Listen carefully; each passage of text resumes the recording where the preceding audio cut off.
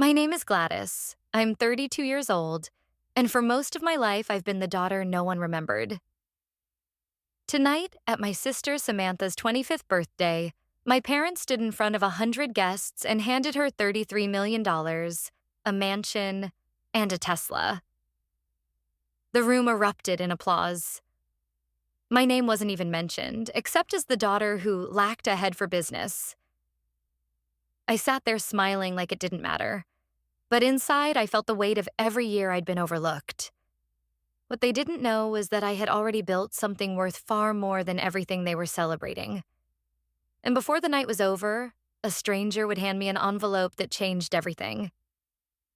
If you've ever felt invisible in your own family, stay with me. This is my story, and I promise it's one of the most unforgettable revenge stories you'll ever hear. Like this video, subscribe to Hidden Family Revenge Stories and tell me in the comments where you're watching from because you won't want to miss what happens next.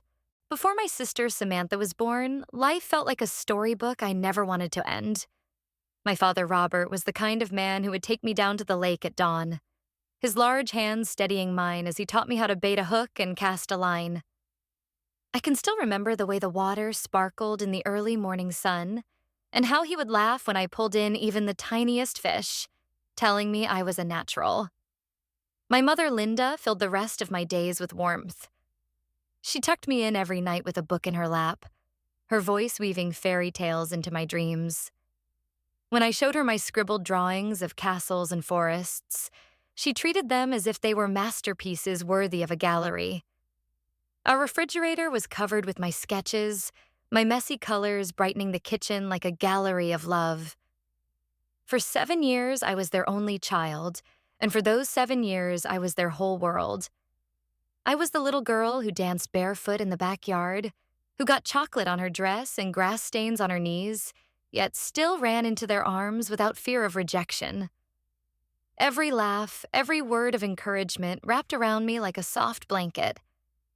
I didn't know it then, but those were the happiest years of my life, the foundation on which I would later build every dream and every wound. Even at that age, I felt seen in a way that was complete. My father displayed my crayon drawings in his office, proudly pointing them out to visitors. My mother told her friends I had a gift with colors, and when I painted little stars on the walls of my room, she told me they looked like magic. I carried those words with me, believing in them as much as I believed in the love of my parents. Looking back now, I realize how fragile that time was. It was like the calm before a storm you don't see coming. I thought their attention was mine to keep forever, that I would always be their little girl. But everything changed the day Samantha came into the world. The love that once felt endless suddenly had conditions, and I would soon learn what it meant to become invisible in my own family. I was 7 when Samantha was born, and at first I thought her arrival would be the best gift of my life. I remember standing beside my mother's hospital bed, peeking over the edge to see her tiny face, her hands no bigger than the petals of a flower. My parents told me I was going to be the best big sister, and I believed them with every piece of my heart. I spent days drawing pictures to decorate her nursery, filling the walls with little stars and moons. When my father told me how proud he was of my artwork, I felt like I had given Samantha something magical to welcome her home. In the beginning, I dreamed of teaching her games, of having someone to whisper secrets to under the covers at night. I told everyone at school about my baby sister and how one day she would be my best friend. For a while, everything still felt the same.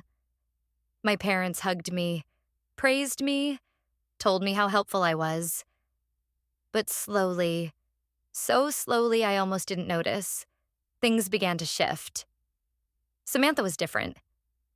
By the time she was 3, she could add and subtract numbers that most children her age couldn't even recognize.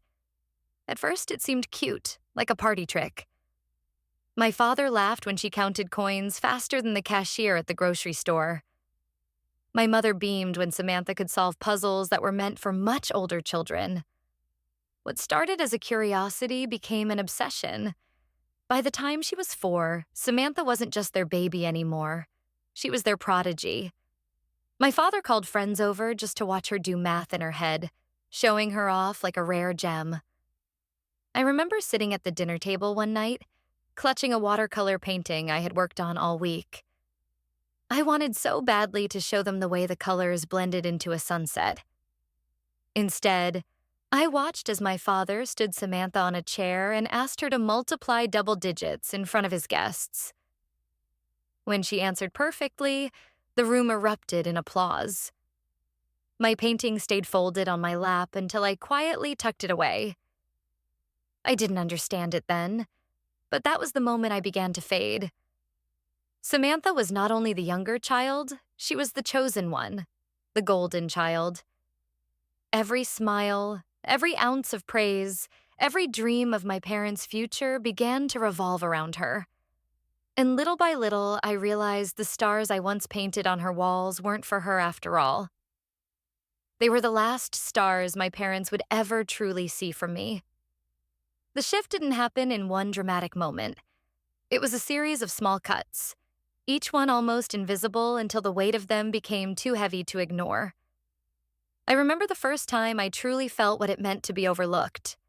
My father invited business partners over for dinner, and I had spent the entire afternoon painting a landscape for my art class.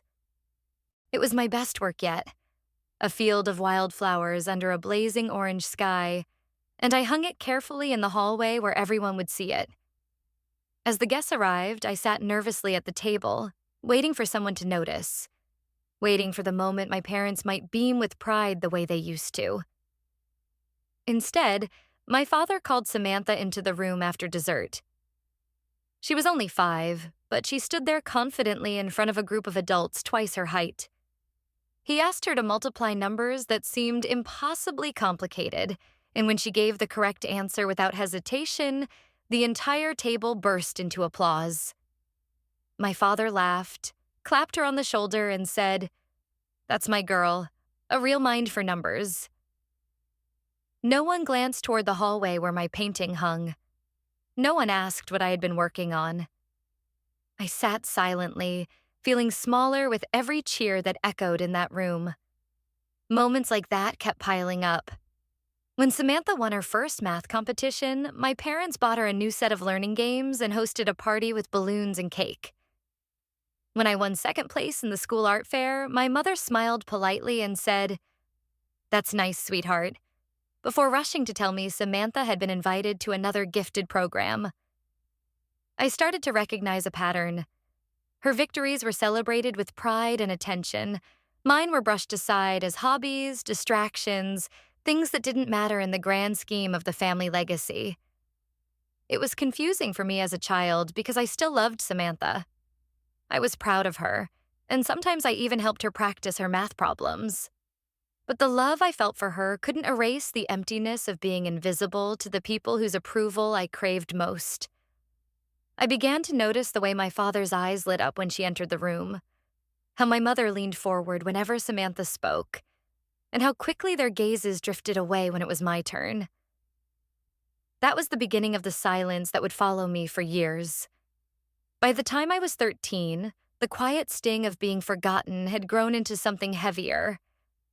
I still clung to the hope that if I worked hard enough, if I created something truly special, my parents would look at me the way they looked at Samantha. That year, my art teacher nominated me for a community exhibition.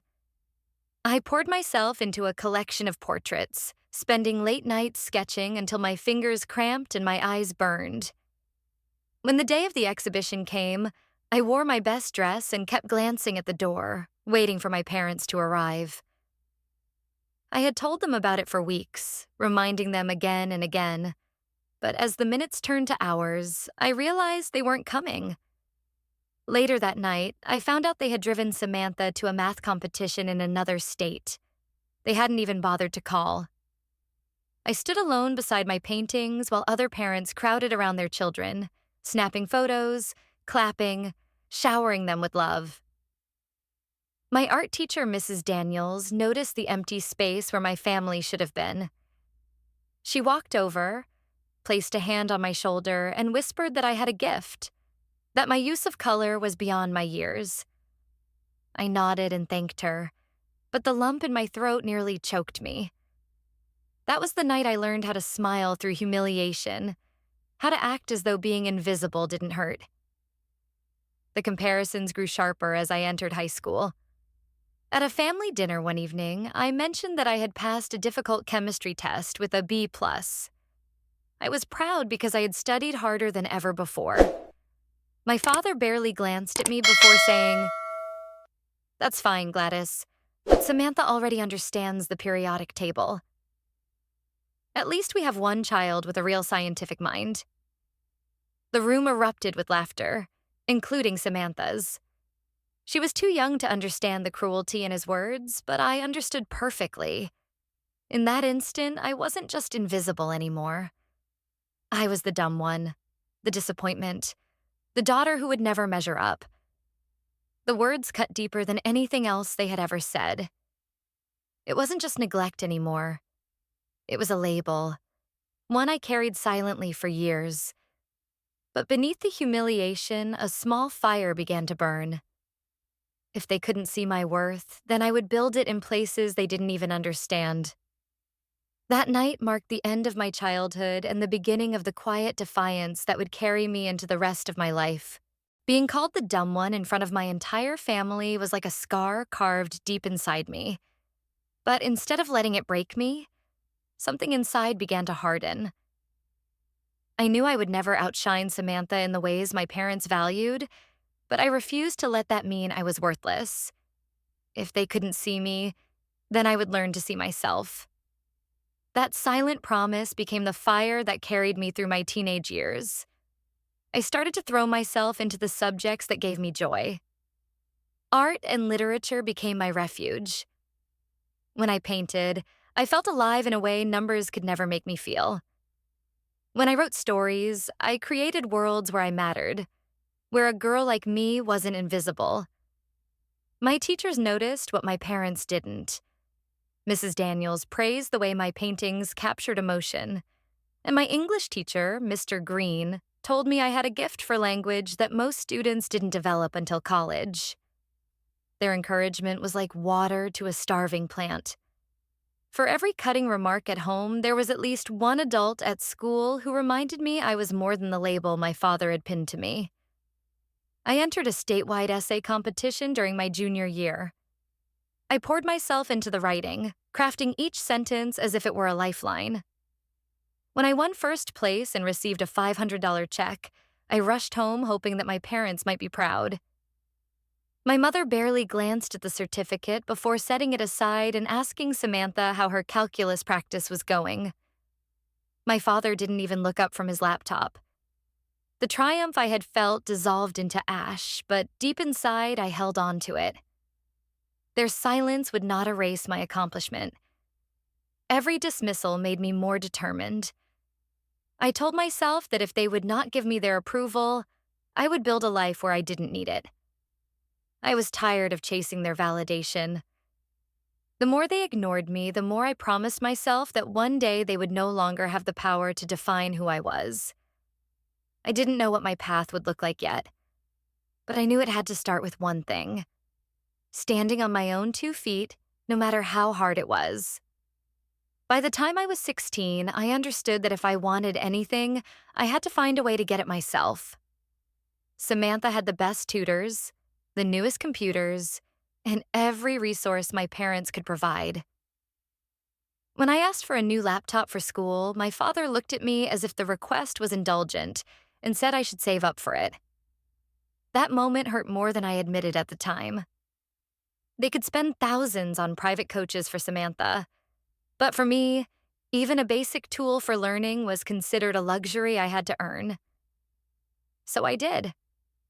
I applied for a part-time job at the local library, a place that quickly became more than just work. For 15 hours a week, I shelved books, organized story time for children, and learned the rhythm of independence. I remember the quiet pride I felt the first time I collected my paycheck and handed over the cash for a secondhand laptop. It wasn't sleek or brand new, but it was mine. I bought it with my own hands, and that made it feel like a victory no one could take away. The library was also where I found a kind of family I had been missing at home. Surrounded by shelves filled with stories, I felt safe. Books didn't compare me to anyone. They didn't tell me I wasn't smart enough. They simply opened their pages and let me lose myself inside. I began to read obsessively, not just novels, but biographies, essays, and poetry. Each book whispered a truth that my parents had denied me: that intelligence is not one shape, and worth is not measured by the ability to solve equations. Working at the library also gave me confidence. Parents came in with their kids and thanked me for helping them choose books. Older patrons asked for recommendations and listened when I explained why a story might resonate with them. For the first time, I felt that my opinions carried weight, that my perspective mattered. Every shift at the library built me up in ways my home life continued to tear me down. Looking back, those years of working, saving, and reading taught me more than any lecture my parents ever gave. They taught me resilience. They taught me that I could create a world of my own, one paycheck and one page at a time. And though I still longed for recognition, a quiet part of me began to believe that maybe I didn't need my parents to define who I was becoming. When the time came to apply for college, I already knew better than to expect any help from my parents. Samantha's future had been carefully mapped out with Ivy League brochures on the coffee table and an entire savings account waiting for her tuition. For me, there was nothing. I filled out applications on my own, scoured financial aid forms, and settled on Connecticut State University, a school with a modest arts program, but one I could afford if I kept working. The acceptance letter felt like a small miracle, but when I showed it to my parents, they barely reacted. My mother simply nodded and said she hoped I would be responsible about my expenses. My father didn't even look up from his papers. Moving into my dorm should have been exciting, but instead it was heavy with the realization that I was doing it entirely alone. My roommate Jennifer's parents helped her unpack, bringing snacks and decorations to make her room feel like home. I smiled and helped her hang posters while hiding the ache inside me. My parents hadn't bothered to come. They were too busy preparing Samantha, who was only 14 at the time, for her next academic competition. I carried my own bags up 3 flights of stairs and decorated my side of the room with the few belongings I had brought from the library thrift shop. It was during my sophomore year that everything began to change. I enrolled in an American literature class taught by Professor Mark Harrison, a tall man with silver hair and the kind of presence that made the entire room quiet when he spoke. I submitted an essay analyzing The Great Gatsby, expecting nothing more than a grade. Instead, Professor Harrison asked me to stay after class. My stomach twisted, prepared for criticism, but what I heard instead nearly brought me to tears. He told me I had a rare mind for narrative, that my understanding of story and character showed wisdom far beyond my years. For the first time in so long, someone looked directly at me and saw something worth praising. He encouraged me to write more, to treat it not as a pastime but as a calling. Under his guidance, I began to find a voice I hadn't even realized I was searching for.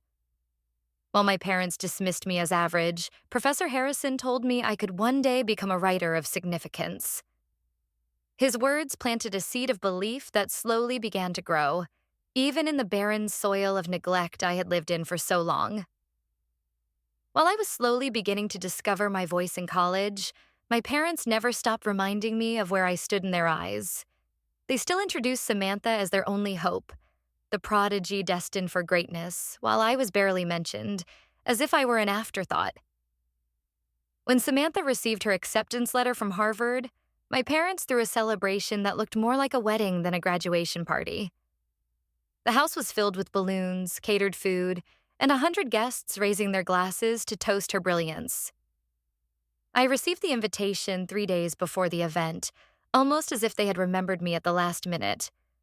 I went anyway, standing in the corner with a glass of champagne, clapping politely as everyone praised her. Not one person asked about me or what I was studying. I might as well have been invisible. By contrast, my own milestones were dismissed with cruel indifference. When I graduated college with highest honors, something I had worked for relentlessly while juggling part-time jobs, I reserved 3 seats at the ceremony just in case. I didn't expect much, but some part of me still hoped they might come. The day before graduation, my mother called. Her voice was calm, almost casual, when she explained that they couldn't attend because Samantha had been invited to present at a prestigious mathematics symposium. She said it as though my achievement was nothing compared to what Samantha was doing. I told her I understood, but when the call ended, I sat on my bed and cried quietly into my pillow. On the morning of my graduation, I walked across the stage in a pressed gown, holding back tears not from pride but from the sharp emptiness of looking out at the audience and seeing no familiar faces. Other students waved to their cheering parents, flowers and cameras flashing in the air. I walked alone, clutching my diploma as though it were both a shield and a weapon. In that moment, I made a silent promise to myself. If my family could not see me, then I would make sure the rest of the world eventually did. That vow became the turning point. I stopped chasing even the smallest scraps of their approval. My focus shifted entirely toward building a life they could never dismiss. A life strong enough that their absence could no longer wound me. The sting of being abandoned on my graduation day would never fade, but it hardened into determination. They had chosen to overlook me one too many times, and from then on, I would write my story without them. Leaving Connecticut after graduation was both terrifying and liberating. I packed everything I owned into 2 suitcases and boarded a bus to New York City, determined never to look back. I had no real plan other than a small savings account from my years working at the library and the promise of an internship at a small publishing house called Bluebird Publishing. The pay was barely enough to cover rent for a shared apartment in Brooklyn, but for me it was freedom. For the first time in my life, I was living far away from the weight of my parents' dismissive eyes. My apartment was tiny, 2 bedrooms split between 3 roommates, and the view from my window was nothing more than a brick wall and a rusted fire escape. Still, I loved it.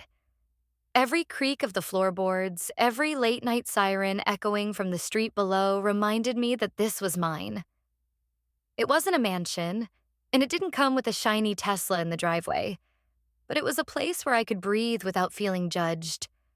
I decorated my corner with thrift shop art prints, stacks of secondhand books, and the old laptop I had bought with my library paychecks. It wasn't much, but it felt like home in a way the mansion in Connecticut never had. Work at Bluebird Publishing was demanding and often thankless. As an editorial assistant, I spent most of my days sorting through the slush pile of unsolicited manuscripts, answering phones, and making coffee runs.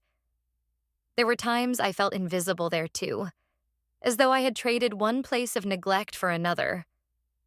But slowly, I began to notice that my boss trusted me with tasks beyond filing and phone calls.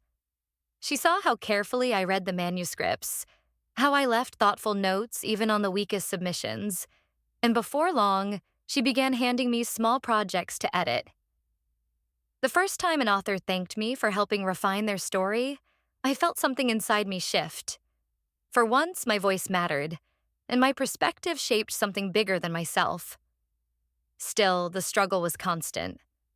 I lived on instant noodles and peanut butter sandwiches for weeks at a time, often choosing between paying for groceries or keeping the lights on. There were nights I cried quietly on the subway ride home, wondering if my parents had been right all along, if I wasn't cut out for this. But each morning, I woke up and went back, fueled by the simple belief that I was finally on the right path, even if it was the harder one. I wrote at night, long after my roommates had gone to sleep. At first, it was just journal entries, a way to let out the pain of being overlooked for so long. But slowly it turned into stories, fragments of characters who felt invisible in their own lives, just like me. Writing became more than therapy. It was proof that my mind was alive, that I had something to offer. I didn't tell anyone about those late-night writing sessions, not even my closest roommate. It was my secret, the one thing no one could dismiss or take from me. Looking back, those first years in New York were some of the hardest of my life, but also the most formative. Every obstacle, every sacrifice carved resilience into me. And though my parents still saw me as nothing more than the daughter without a future, I was quietly laying the foundation of a story that would one day prove them wrong in ways they could never imagine. 8 months into my new life in New York, I attended a publishing mixer that I almost skipped. I hated networking events. The clinking glasses, the forced smiles, the way everyone seemed to measure worth by who you knew rather than what you could do. But my boss insisted I go, telling me it was good for my career. So I put on my one decent black dress, the same one I wore to job interviews, and forced myself through the doors of a noisy Chelsea bar filled with people who looked more polished and confident than I could ever hope to be. I spent the first 20 minutes nursing a cheap glass of white wine, standing awkwardly by the edge of the crowd. Then a woman with silver-streaked hair and sharp but kind eyes approached me. She introduced herself as Clara Hudson, a literary agent whose name I had only heard whispered with respect in the industry. What struck me most about her was that she didn't look past me the way so many others did. She asked me what I was working on, and for some reason I found myself confessing about the novel I had been writing in secret. It was the first time I had said the words out loud to anyone. Clara listened intently, asking thoughtful questions instead of offering the polite nods I was used to. She wanted to know what the story meant to me, why I had written it, what I hoped readers would feel. I told her it was about a young woman overlooked by her family, forced to build her identity outside the shadow of people who couldn't see her worth. For a moment, I thought I had revealed too much, but Clara simply smiled and told me to send her the first 3 chapters. For a moment, I thought I had revealed too much, but Clara simply smiled and told me to send her the first 3 chapters. That night, walking home under the city lights, I felt a spark of hope I hadn't felt in years. Someone powerful in the industry thought my voice was worth hearing. 2 weeks later, Clara called. She said she loved my work, but more than that, she wanted to introduce me to someone who she believed could change the course of my career. His name was Ethan Cole, a young tech entrepreneur who had made millions developing algorithms for digital media.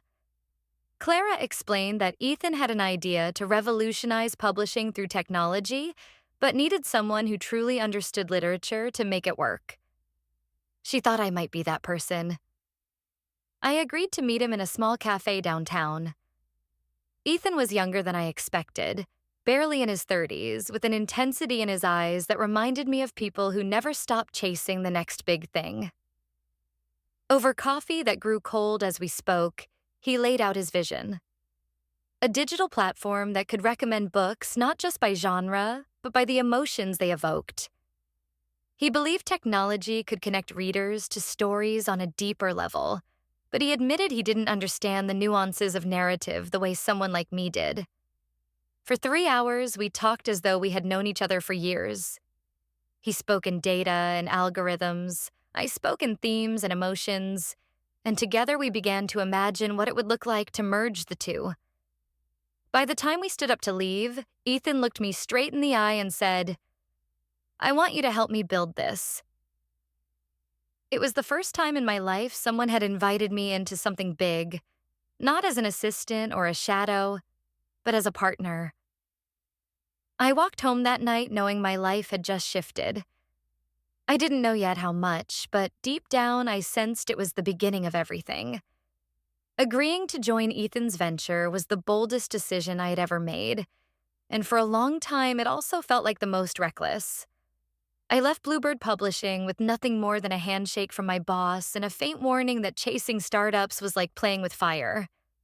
But I couldn't ignore the way Ethan's vision had lit something inside me. For the first time, someone wanted my voice at the table, not as decoration, but as foundation. That was enough to make me take the leap. We called it Storiescape. At the beginning, it was just the two of us in a cramped co-working space above a laundromat, surrounded by the smell of detergent and the hum of old washing machines. Ethan coded late into the night, and I spent hours sketching out how stories could be broken into emotions, themes, and character arcs. My job was to translate the magic of literature into data points his algorithms could recognize. It sounded simple when we talked about it over coffee, but in reality, it was exhausting work that stretched every bit of my patience and imagination. Money was tight, painfully tight. We survived on takeout noodles and dollar pizza slices, pooling what little savings we had to keep the lights on and the servers running. I sold my paintings and even my old guitar to make rent one month. Ethan slept on the office couch more nights than I can count, and I often worked until dawn, my eyes red and my hands trembling from too much caffeine. There were moments when I thought I would break, when the silence of the night whispered that my father had been right, that I wasn't cut out for anything beyond mediocrity. But then there were sparks of proof that kept me going. The first time a test user cried after reading a book Storiescape recommended, saying it had felt like the app understood her heart better than she did herself. I knew we had something real. It wasn't just about books or technology anymore. It was about giving people the connection I had always craved but rarely received, the feeling of being seen. That mission kept me moving when exhaustion told me to stop. Still, the sacrifices were relentless. My roommates grew frustrated with my late hours and constant stress until one by one they moved out, leaving me in a shoebox apartment with peeling paint and silence for company. Friends from college stopped calling because I always canceled plans to work. At times, I felt lonelier than I had as a child, sitting unnoticed at the dinner table. But this time, the loneliness was chosen. It was the cost of building something I believed could change my life, maybe even the world. Looking back, those early days of Storiescape were brutal, but they were also the first time I truly owned my struggle. Every hardship felt different from the wounds of my past because this pain was mine. I wasn't invisible anymore. Not to myself, not to Ethan, and not to the tiny circle of people who had started to believe in what we were building. And even though the world hadn't yet heard of Storiescape, deep inside I knew I was finally standing on the edge of something extraordinary. 2 years after Ethan and I sketched our first ideas on coffee-stained napkins, Storiescape was no longer just a dream whispered in the dark. It had grown into something far larger than either of us had dared to imagine. What started as late nights in a dingy office above a laundromat had become a polished app used by millions. We launched quietly, almost timidly, but word spread fast. People weren't just downloading Storiescape, they were falling in love with it. They said the recommendations felt personal, like the app understood the ache behind their smiles or the joy they couldn't put into words. Reading wasn't just a hobby anymore. It was a way for people to feel seen, the very thing I had longed for my entire life. Within a year, we had 3 million users and investors knocking on our door.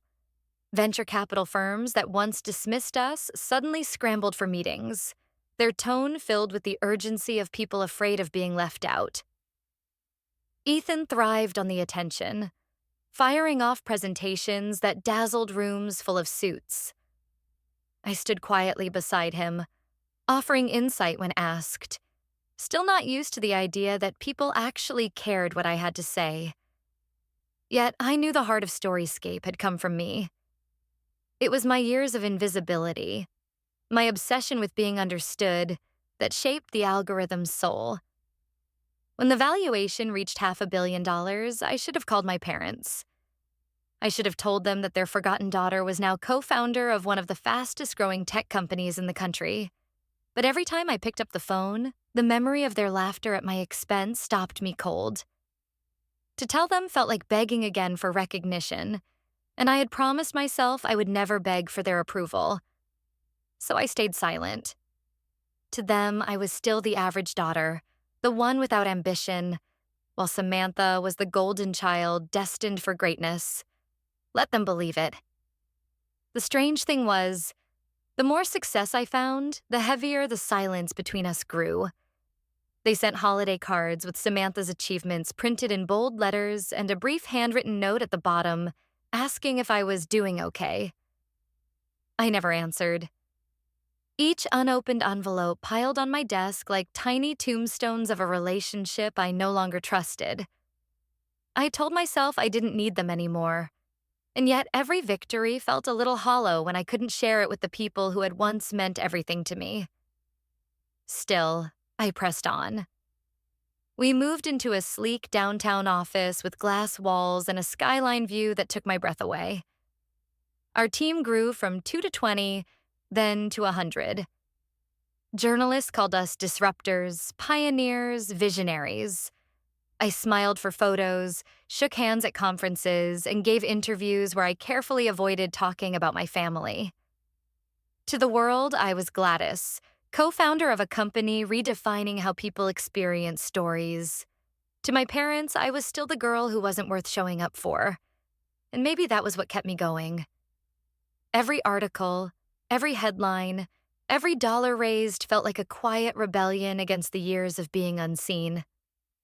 They hadn't noticed me then, and I wasn't sure they ever would, but the rest of the world had started to. And that was enough for now. It had been years since I had last stepped foot in my parents' house, and I had long ago stopped expecting to hear from them except through the occasional holiday card that spoke more about Samantha's accomplishments than about me. That was why the ivory-colored envelope that arrived in my mailbox one September morning caught me off guard. The handwriting was my mother's, neat and deliberate, and inside was an invitation embossed with gold lettering. Please join us in celebrating Samantha Whitmore's 25th birthday. I sat at my kitchen table, staring at the card for what felt like hours. My first instinct was to throw it away. After all the neglect, after every humiliation, why should I walk back into their world? But something held me back. Maybe it was curiosity. Maybe it was the part of me that still wanted to look my parents in the eye and show them I had become more than the forgotten daughter they left behind. Or maybe it was the quiet hope that, after all these years, they might finally see me. In the end, I placed the invitation back into the envelope and set it on my desk. For the next few weeks, it haunted me. I would see it every time I sat down to write, the gold letters glinting under the lamp like a dare I couldn't ignore. My friends told me not to go, reminding me how toxic my family had been, how they had missed my graduation and belittled every achievement. I nodded along but said nothing. The truth was, I knew I was going. Not for them, but for me. I needed to face them one more time. To stand in that house not as the invisible child they had forgotten, but as the woman who had built something they couldn't begin to understand. When the night of the party came, I walked into Cartier and bought a watch wrapped in a velvet box. It was the most expensive gift I had ever purchased, and every dollar I spent carried weight. It wasn't about the gift itself, but about walking into that ballroom on my own terms, not as someone begging for scraps of approval, but as someone who could stand tall. I wanted Samantha to know that, despite everything, I still respected her, still loved her, even if our parents had turned us into unwilling rivals.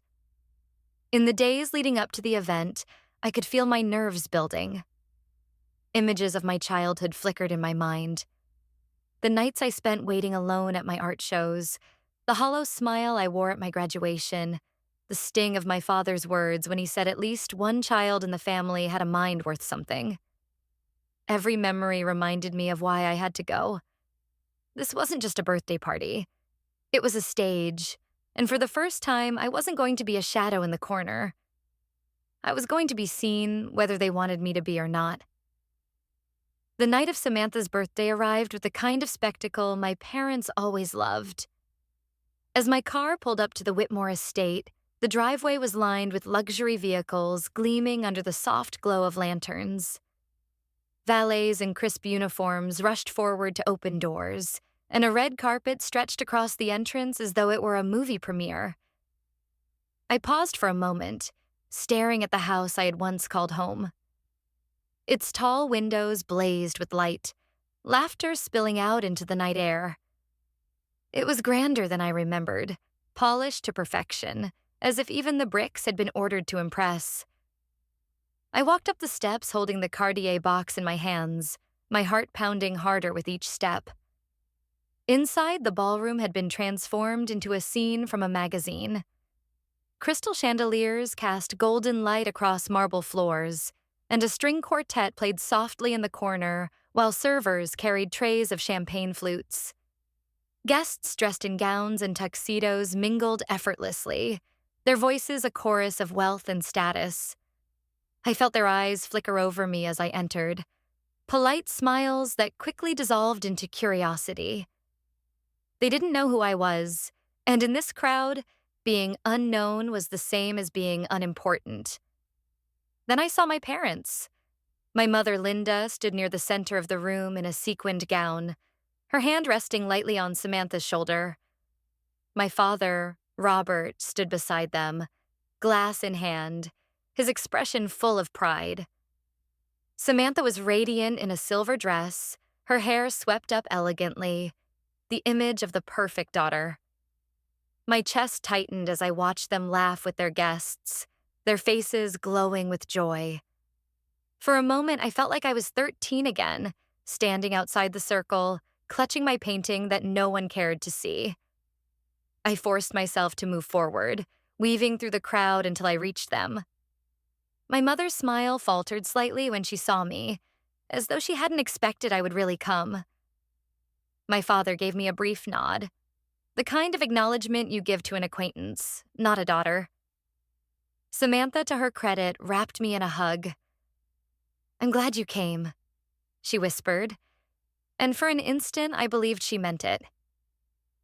The rest of the evening unfolded like a blur of polite conversations and thinly veiled judgments. Guests asked me what I was doing with my life, their tone casual, but their eyes sharp, searching for signs of failure. I kept my answers vague, unwilling to reveal the truth just yet. Let them think I was still the average daughter, the one with no future. Every dismissive glance, every patronizing smile only fueled the storm quietly building inside me. As the evening stretched on, the anticipation in the room grew. Everyone knew my parents had something planned, something grand to mark Samantha's 25th year. I stood near the edge of the crowd, clutching my glass of champagne, trying to steady my breathing. The chandeliers glittered above, the music swelled, and I knew the moment I had been dreading was about to begin. The string quartet faded into silence as my father tapped his glass against the microphone. The room stilled instantly, every guest turning toward him with anticipation. Robert Whitmore had always thrived on an audience, and tonight was no exception. He cleared his throat, his arms slipping proudly around Samantha as my mother beamed at her side. I lingered near the edge of the ballroom, my stomach tight, every instinct telling me to brace myself. "My friends," he began, his voice smooth and commanding. "Thank you for joining us tonight to celebrate Samantha's 25th birthday. From the moment she was born, we knew she was destined for greatness. She has proven herself time and again, excelling in ways that honor not only this family, but the entire legacy of Whitmore applause broke out across the room, polite but enthusiastic.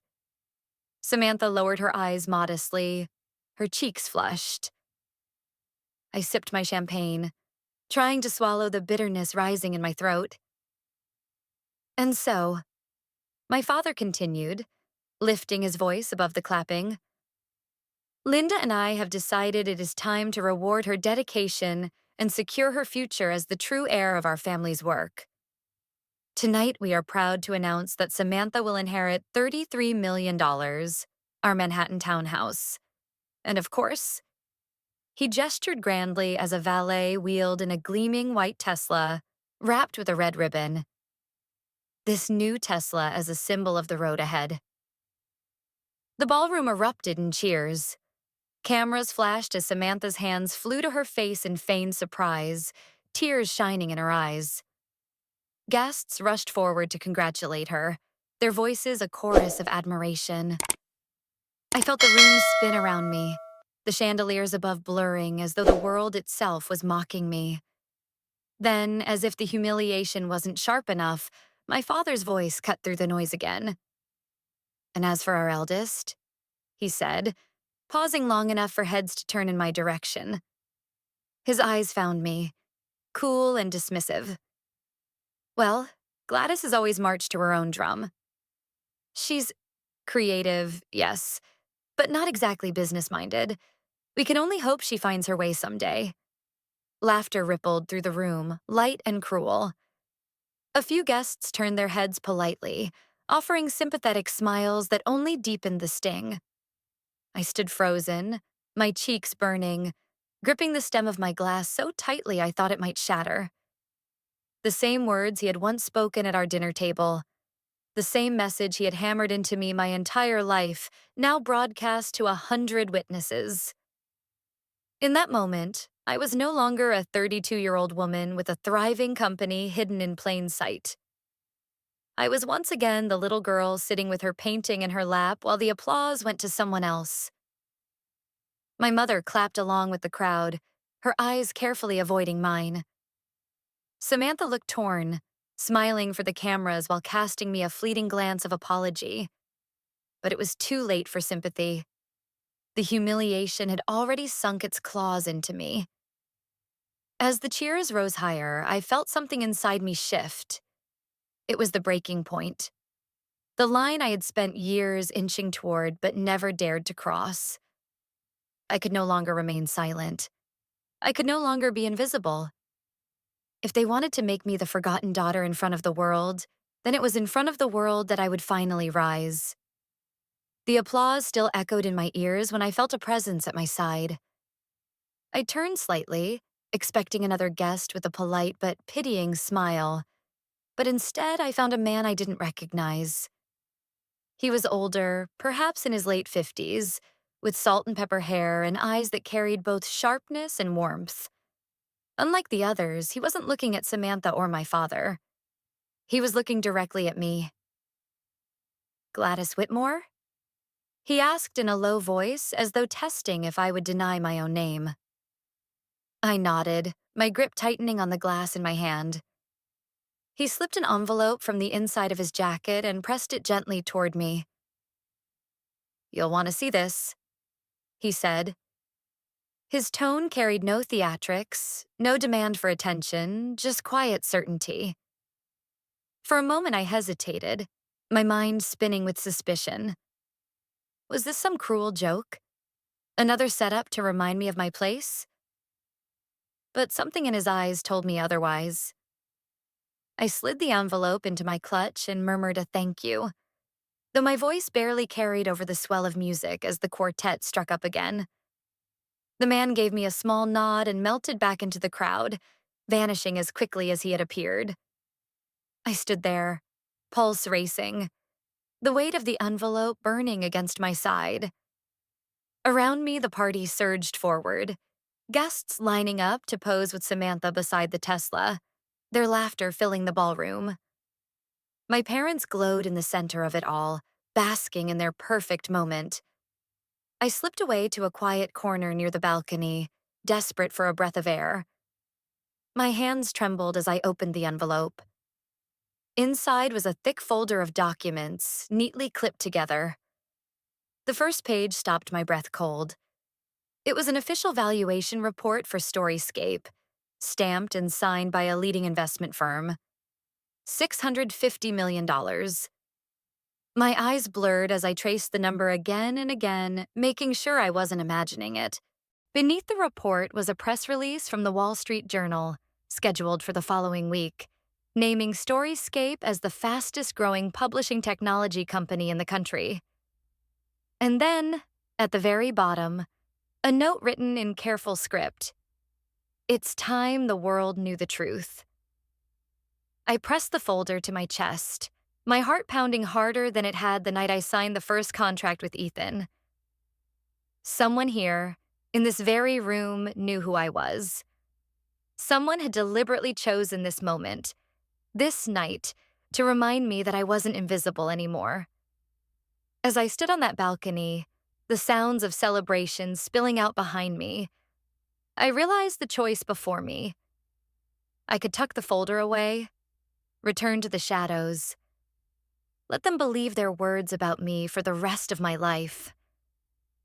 Or I could step into the light, into the center of that glittering room, and rewrite the story they had written for me since childhood. The memory of my father's laugh, the sting of his words about my lack of ambition, and the humiliation of minutes earlier collided inside me. My hands stopped shaking. I knew then that silence was no longer an option. This envelope wasn't just paper. It was a weapon, and it was time to use it. I closed the envelope and tucked it under my arm, the decision already made before I even realized it. My father's words still echoed in my ears, his dismissal of me as if I were nothing more than a mistake in their carefully crafted legacy. I thought about the nights in that laundromat office, the countless hours of work no one saw, the meals I skipped so I could pay rent, the exhaustion that nearly broke me. I thought about every tear I had swallowed, every time I told myself I would no longer beg for their approval. This was my moment, and I would not let it pass. I walked back into the ballroom, the noise of laughter and celebration swelling around me. My parents stood proudly in the center, Samantha still glowing beside her new Tesla as photographers snapped pictures. I stepped forward until I was visible among the crowd. For the first time that evening, I raised my voice above the music. "Excuse me," I said, my tone steady but sharp enough to slice through the chatter. The room fell into silence, all eyes turning toward me. My father's smile faltered, irritation flashing across his face. "Glattis," he said with forced politeness, "please not now. This is your sister's night." I held his gaze, unflinching. Yes, it is Samantha's night, and I am proud of her. But it's time this family and everyone here knew the truth about who I am. I opened the folder and pulled out the valuation report, holding it up for the nearest guests to see. Murmurs rippled through the crowd as pages were passed from hand to hand. I could feel the tension tightening like a rope around the room. "This," I continued, my voice stronger now, "is Storiescape. A company I co-founded 5 years ago. A company currently valued at $650 million. You may not have heard my name before, but you've heard of this. Millions of people use it every day. And it came from me, the daughter who supposedly had no head for business." Gasps spread across the room, followed by a wave of whispers. Guests pulled out their phones, searching, their screens lighting up with headlines that confirmed every word. I saw recognition dawn in their eyes, the same eyes that had looked past me all evening. My mother's face drained of color, her hands trembling as she reached for my father. Robert stood frozen, his glass slipping slightly in his grip, his pride collapsing in real time. Then Samantha broke through the crowd. Her eyes were wet with tears as she threw her arms around me. "You did this?" she whispered, her voice breaking. "Glattis, I'm so proud of you." For the first time in years, I believed her. Applause began slowly, uncertain at first, then swelling as more and more guests realized they had just witnessed a reversal none of them expected. The party no longer belonged to Samantha, nor to my parents. It belonged to me, the daughter they had tried to erase, the woman they had laughed at, the one who had built something greater than their wildest ambitions.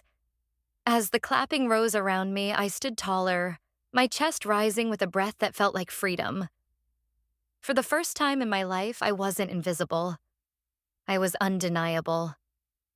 The sound of applause still echoed in my ears long after the crowd began to scatter. What had started as Samantha's flawless celebration had shifted into something entirely different, a night no one in that room would ever forget. Guests who had barely acknowledged me earlier now pressed forward, shaking my hand, asking questions, praising what they called my vision. Their smiles were wide, their voices eager, but beneath their excitement I could sense something else. Awe, tinged with the realization that they had underestimated me. For years they had sided with my parents' narrative, but in a single moment that story had been rewritten. My father remained rooted in place, his expression a mask of disbelief. The glass he had been holding sat abandoned on the nearest table, condensation dripping onto the linen. My mother clung to his arm, whispering furiously into his ear, though her words were lost in the hum of the crowd. They looked smaller than I had ever seen them, stripped of the authority that had once felt so absolute. For the first time in my life, they had no control over the way I was being seen. Samantha stayed close to me, her hand gripping mine as though she was afraid I might disappear if she let go. Her tears had smudged her mascara, and the perfect image my parents had built around her cracked just enough to reveal the young woman beneath. "I never knew," she kept whispering. "I never knew you carried all of this on your own." Her voice trembled with both admiration and guilt, and though I wanted to comfort her, I was too consumed by the storm of emotions swirling inside me. That night changed everything. The following morning, articles appeared online before I had even finished my coffee. The forgotten daughter who built a $650 million empire was one headline. Another read, "Whitmore heiress overshadowed by sister's secret success." Reporters camped outside my apartment, photographers trailed me to the office, and my inbox filled with interview requests. I had become a story, not just to my family, but to the world. Ethan called me before noon, his voice buzzing with excitement. "We couldn't have paid for publicity like this," he said. "Storiescape is trending everywhere. Investors are begging to talk." For him, it was validation of our work. For me, it was something deeper. For the first time, my name was being spoken with respect, not pity. The little girl who had stood alone at her art exhibition was gone. In her place was a woman the world could no longer ignore. But beneath the rush of attention, there was still a quiet ache. My parents hadn't called. Not that day, not the next. I told myself it didn't matter, that I had already proven everything I needed to. Yet at night, when the headlines faded and the cameras stopped flashing, I couldn't help but wonder what they said to each other in the privacy of that grand estate. Did they regret their words? Did they see me differently now? Or were they simply nursing the wound of being exposed?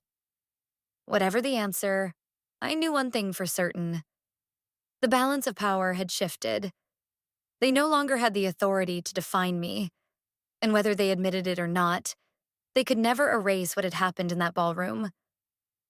That was the night the story of our family changed forever, and it was the night I finally took control of mine. It took 3 days for my parents to finally reach out. When the call came, it wasn't from my father, but from my mother. Her voice on the other end of the line was careful. Too careful, as if she were speaking to a stranger whose trust she needed to earn. She asked if we could meet privately, away from the cameras and the gossip. Part of me wanted to hang up, to let her taste the silence she had fed me for so many years. But another part of me knew this confrontation was inevitable. We chose a quiet cafe downtown, a place where no one would recognize us. I arrived early, my stomach tight with nerves, and when they walked in together, it was as though the air shifted. My father looked older than I remembered, the confidence that had always defined him stripped away, leaving something brittle in its place. My mother forced a smile that didn't quite reach her eyes. We sat in awkward silence for several minutes before my mother finally spoke. Gladys, she began softly, we owe you an apology. We didn't realize.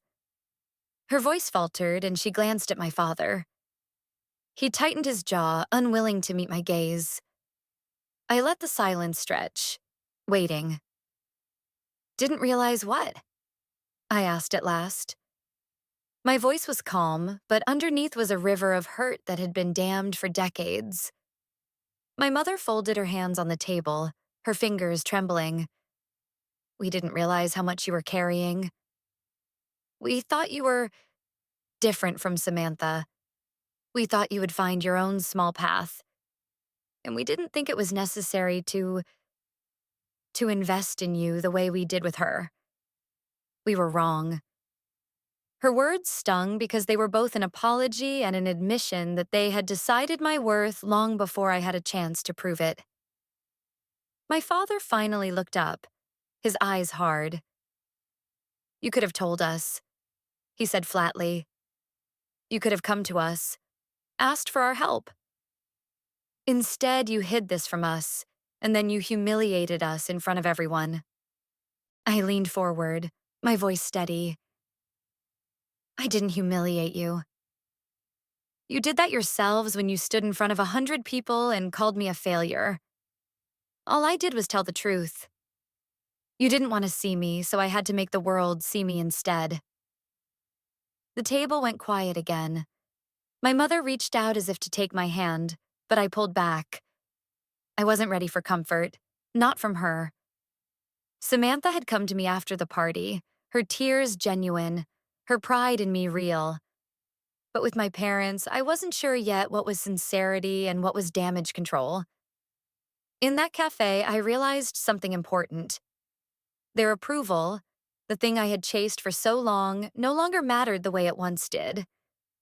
I didn't need them to tell me I was worthy. I already knew.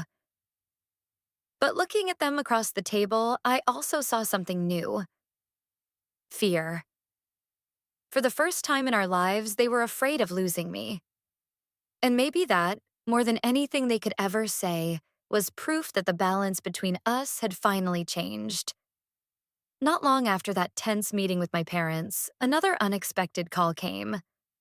This time it wasn't family, but one of the senior board members of Hartman Technologies, the empire my father had spent decades building. His tone was measured, professional, and yet beneath it was a sense of urgency. He asked if I would be willing to attend a private board session to discuss potential collaboration. The words sounded harmless enough, but I knew better. It wasn't collaboration they were after.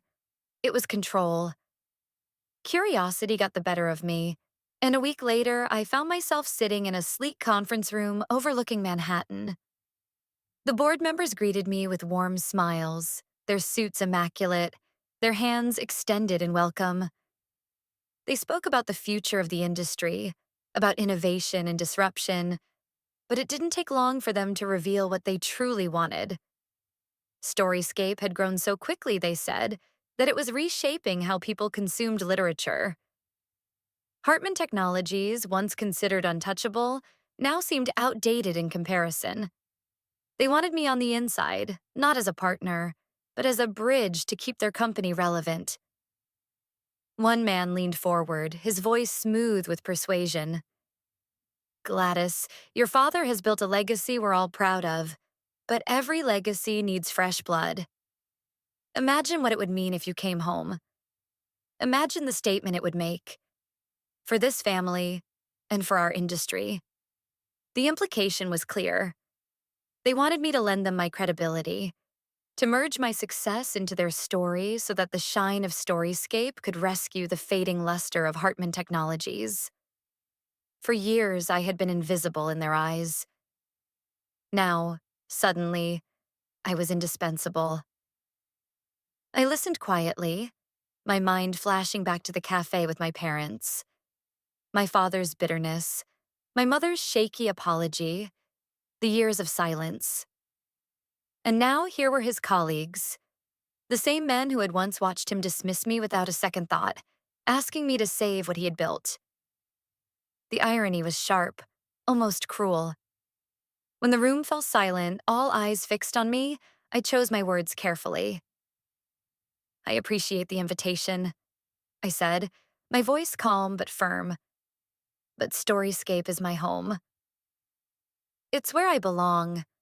I didn't spend years being overlooked just to come back and patch up the cracks in something that was never built for me. My company doesn't need Hartman Technologies, and frankly, neither do I." The air in the room shifted. Their smiles stiffened, their polished charm faltering just enough to reveal their disappointment. One of them cleared his throat and muttered about keeping the door open, but we all knew my answer wouldn't change. I gathered my things and left, my heels clicking against the marble floor, each step echoing louder than any applause. As I walked out of that building, I felt a strange mix of relief and sadness. Relief because I had finally severed the last invisible chain tying me to my father's shadow. Sadness because I knew this decision would widen the distance between us even further. But it was a choice I had to make. My success wasn't theirs to claim. Not anymore. I had built it from the ground up, with no help, no recognition, and no safety net. And I would never hand it over. Leaving that boardroom behind gave me clarity I hadn't expected. For so long, my story had been about proving something to my parents, to their world, to anyone who had doubted me. But walking out of Hartman Technologies, I realized my life no longer needed to orbit around them. I had fought my way out of invisibility, and now I had the power to shape something bigger than my own redemption. That thought stayed with me in the days that followed, growing louder until it demanded action. I began to think about the kids who were like me, children with talent and fire in their hearts, but without a family to nurture them. I remembered the girl who stood alone at her art exhibition, the young woman who sat at her graduation with empty chairs where her parents should have been. I couldn't go back in time to rescue her, but maybe I could build something for those who came after me. That was when the idea for the Narrative Potential Foundation was born. The mission was simple yet profound: to support young creators who felt invisible, to give them the resources and mentorship that I never had. I wanted to provide grants for young writers, scholarships for students in the arts, safe spaces where they could grow without the constant weight of judgment. More than money, I wanted to give them proof that their voices mattered. Ethan was the first person I told. We sat in our office overlooking the city, and I shared my vision with him. He listened quietly, then smiled in that knowing way he had. "Glattis," he said, "this is what you were meant to do." Storiescape gave people the power to find their own voices. This foundation will make sure those voices don't get lost before they even begin. His belief in me that night reminded me of the first time we met, when he had asked me to help him build something no one else could see yet. And once again, I said yes. The launch of the foundation was met with overwhelming support. Writers I had edited years ago reached out, volunteers signed up, and even some of our investors pledged donations. But what moved me most were the letters that poured in. Teenagers who had been told they weren't smart enough. Artists who had been dismissed by their families. Young women who saw themselves in my story and wrote to say that my journey gave them hope.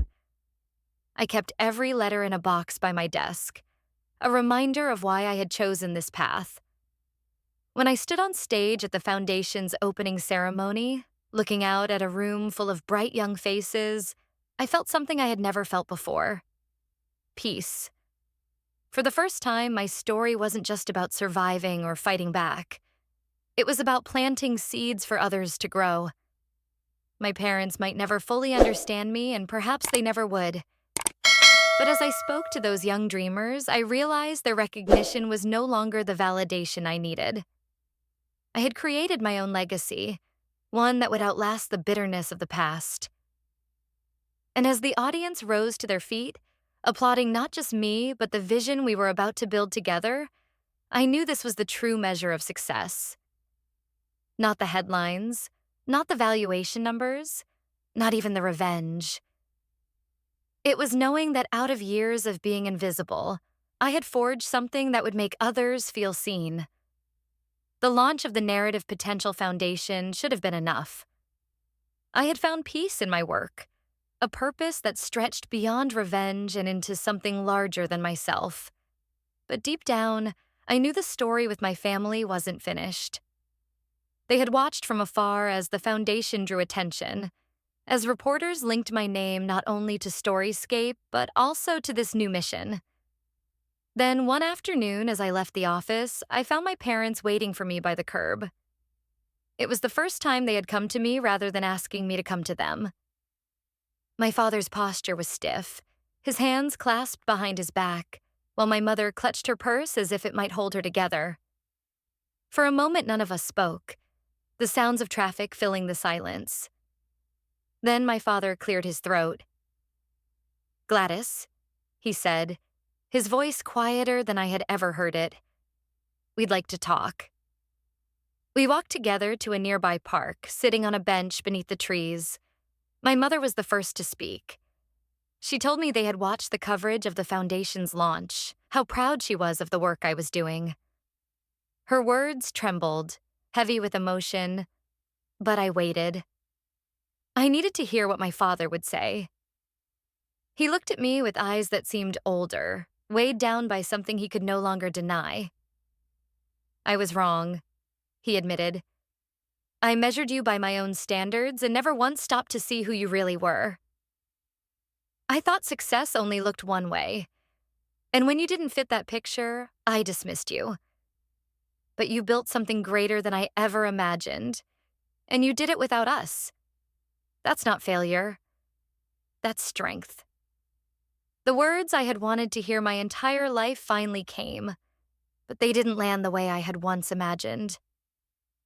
Instead of triumph, I felt a quiet sadness. Nothing could erase the years of silence, the nights I cried alone, the times they had chosen Samantha while leaving me in the shadows. Apologies, even sincere ones, couldn't rewrite the past. My mother reached for my hand. "We can't change what we did," she whispered, "but we want to be part of your life now, if you'll let us." I sat there for a long moment staring at our hands. A younger version of me would have grasped at that gesture, desperate for even scraps of affection. But the woman I had become no longer needed their approval. I had already built a family of my own through the people who believed in me, through the foundation that gave voice to others like me. "I forgive you," I said finally, my voice steady. "But forgiveness doesn't mean I'm going back to who I was. I don't need to be the daughter you finally notice. I need to keep being the woman I've become." They nodded, a mixture of relief and regret passing over their faces. We sat in silence for a while, the wind rustling the leaves above us. When I stood to leave, I knew it was truly the end of the story I had been carrying for so long. I had faced them, spoken my truth, and chosen not to let the past define me anymore. Walking away from that bench, I felt lighter.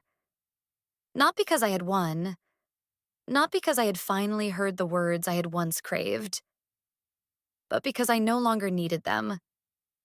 My story was mine now, fully and completely. And in choosing to forgive without returning to the old chains, I found the freedom I had been searching for all along. Looking back now, it's almost surreal to think about the girl I once was, the child who sat quietly at the dinner table while her sister was celebrated, the teenager who stood alone at her art exhibition with no one to cheer for her, the young woman who walked across the graduation stage into empty seats. I carried those moments like scars for years, letting them convince me that invisibility was my destiny. But life has a way of turning pain into power if you refuse to give up. Every rejection became fuel. Every humiliation became a stepping stone. Storiescape wasn't just a company. It was proof that being overlooked doesn't mean being powerless. And the narrative potential foundation was my promise to the next generation, a promise that no child should have to wait for the world to see them. My parents will never be the heroes in my story. They are simply part of the beginning, the shadow I had to break through to find the light. And though I chose forgiveness, it wasn't for them. It was for me. To finally put down the weight I had carried for too long. To walk forward unshackled, free to live on my own terms. If there is one lesson I want you to take from my journey, it's this. You don't need anyone else to define your worth. Not your parents, not your peers, not the world. The power to be seen begins with seeing yourself. The applause, the recognition, the revenge, those are fleeting. What lasts is the life you choose to build, the legacy you choose to leave. I was once the invisible daughter. Now I am the author of my own story. And so can you. If my story touched you, if you've ever felt invisible in your own family or underestimated by the people who should have lifted you up, then you already know the kind of strength it takes to rise above it. And I want to hear from you. Share your own experiences in the comments because every story matters, including yours. Don't forget to like this video, subscribe to Hidden Family Revenge Stories, and hit the notification bell so you won't miss the next powerful journey we bring to life. And tell me where you're watching from. I love seeing how these stories connect people all over the world. Together, we're building more than just a channel. We're creating a community where pain turns into power, where betrayal turns into healing, and where every voice, no matter how overlooked, finally gets heard.